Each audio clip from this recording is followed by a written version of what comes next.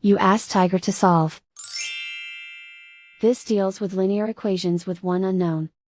The final result is w equals -6. Let's solve it step by step. Simplify the expression. Expand the parentheses. Simplify the arithmetic. Group like terms. Combine like terms.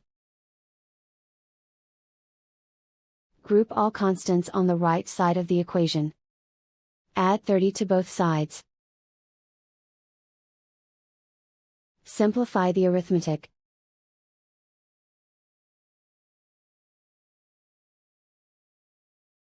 Isolate the w. Divide both sides by -5. Cancel out the negatives. Simplify the fraction. Move the negative sign from the denominator to the numerator.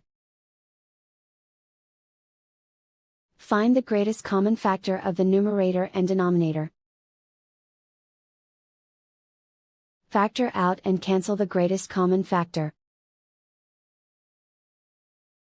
And so the final result is w equals -6.